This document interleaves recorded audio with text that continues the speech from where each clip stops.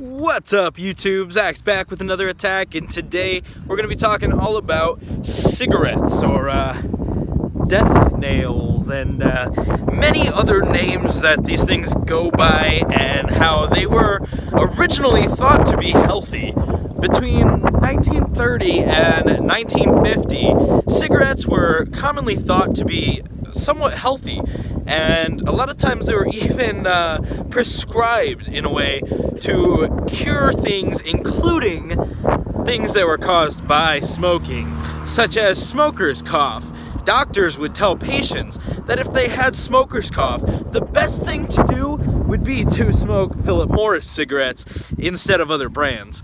Now, this was a big marketing thing mostly because cigarette brands were realizing that people were realizing themselves that cigarettes were in fact bad for you and dangerous to your health. So because they were losing business and they really didn't like that, you know, their bottom line, they wanted to make money, that's the point of a business, they decided to play on the emotional heartstrings of their consumers. Now, they did this by going to physicians. It was a time in the 30s to the 50s where people very, very strongly believed in whatever doctors said, you know? And it makes sense because this was a time before the internet, this was a time before word of mouth was more publicly available. If your doctor says something, you're gonna trust that they know what they're talking about. They went to school, they've got the expertise that you didn't really have, and so you listen to them. So the companies would go to physician expos, and the cigarette companies would sponsor these events, giving out free cigarettes to all the doctors. And at the end of the day, doctors are humans too. They're not immune to getting addicted to cigarettes. They're not immune to wanting to smoke cigarettes. And so a lot of them would start smoking. And they were able to convince these doctors, the cigarette companies were, that they could tell their patients that certain cigarette brands were good or certain cigarettes were good. They would use some subtle false advertising, such as saying 3 out of 4 doctors prefer Camel cigarettes, and it's not entirely saying that it's a healthy thing, but it is saying that doctors will smoke the Camels. And when a consumer reads that 3 out of 4 doctors who smoke are smoking this brand, it makes them feel more okay with smoking that specific brand, because if it's good enough for a doctor, if a doctor feels safe smoking that, then why shouldn't they? And that makes sense, you know, full-page ads would go out saying that Philip Morris cigarettes would cure smoker's cough or reduce smoker's cough in 9 out of 10 people who switched to that brand. It doesn't say that it cured smoker's cough, but it said that it reduced it. The point of the matter is, it's smoker's cough. Smoking cigarettes, no matter what brand, no matter what, it doesn't cure it. At the end of the day, cigarettes are not healthy for you. And these advertising campaigns really just played on people wanting to believe that cigarettes were good and not going to kill them, when at the end of the day, it really continued to kill people. Which is why by the late 1950s, a lot of people were realizing that there was a strong connection between smoking cigarettes of any brand and getting lung cancer.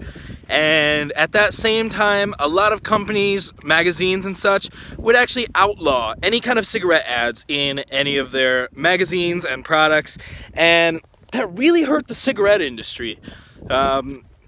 So they, you know, resorted to other methods, such as getting mascots. You know, they would go to bars and start advertising there.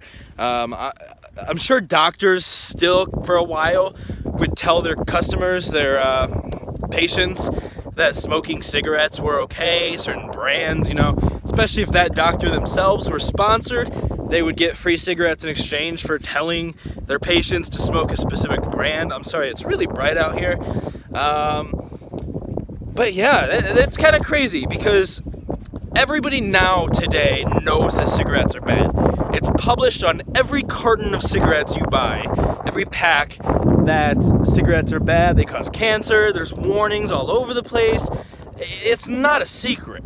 So to think that for 20 years, people believed they were not only not bad, but people believed that there were serious benefits to smoking cigarettes. And it doesn't even just include smoker's cough.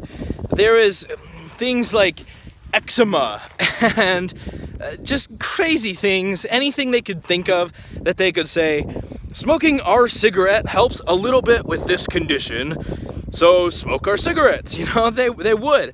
And anytime they could use subtle things to try and make you believe that it was okay, even if it was just a picture of a doctor smoking, you know, that could be the whole ad. And people looking at that would think, well, there's a doctor smoking it, so it'd be okay. And that's just not the fact of the matter.